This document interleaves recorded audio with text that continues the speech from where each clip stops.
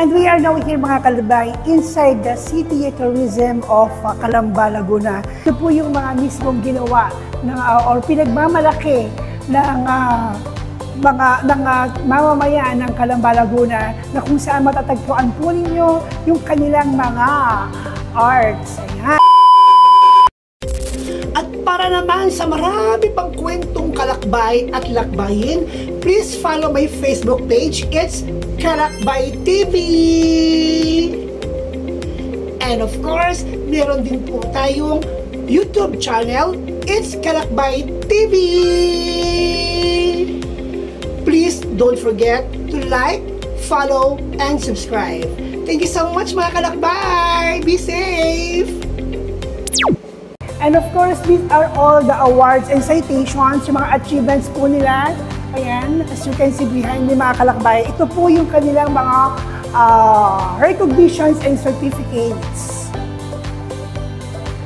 And dito po sa taas mga kalakbay, as I mentioned earlier, yan po mismo, yan, ang sabi sa atin dito sa City of Tourism, yan po yung mga arts na ginawa nila. So kung gusto nyo pong puntahan, ang kanilang gallery art, dito lang po yan sa City Tourism of Calamba, Laguna.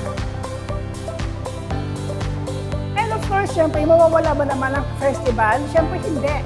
Ito po ang tinatawag na Buhay Yani Festival na ginaganap tuwing June 19. Taon-taon po yan.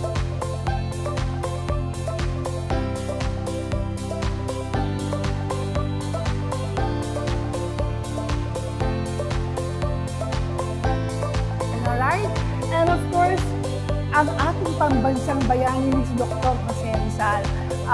Dito po sa mismong lugar na kinakatayuan ko mga kalakbay sa City of Tourism. Malapit lang po yung kanyang bahay dito. And later on, we will go there, okay? And aside of course, syempre sa kanilang Buhay Yani Festival, meron din po silang Basaan Festival. Ang pagkakaiba po ng Buhay Yani, ito po ay ginaganap lamang mismo dito po sa bayan ng Calamba.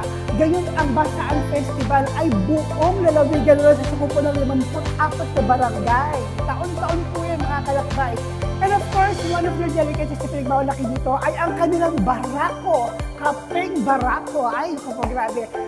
Parang gusto kong makatikim yan. Meron ba dito yan? So later on, titikman natin. And aside from that, of course, they do have, of course, the okoy. Alright? So what are you waiting for? Come and visit Calamba City.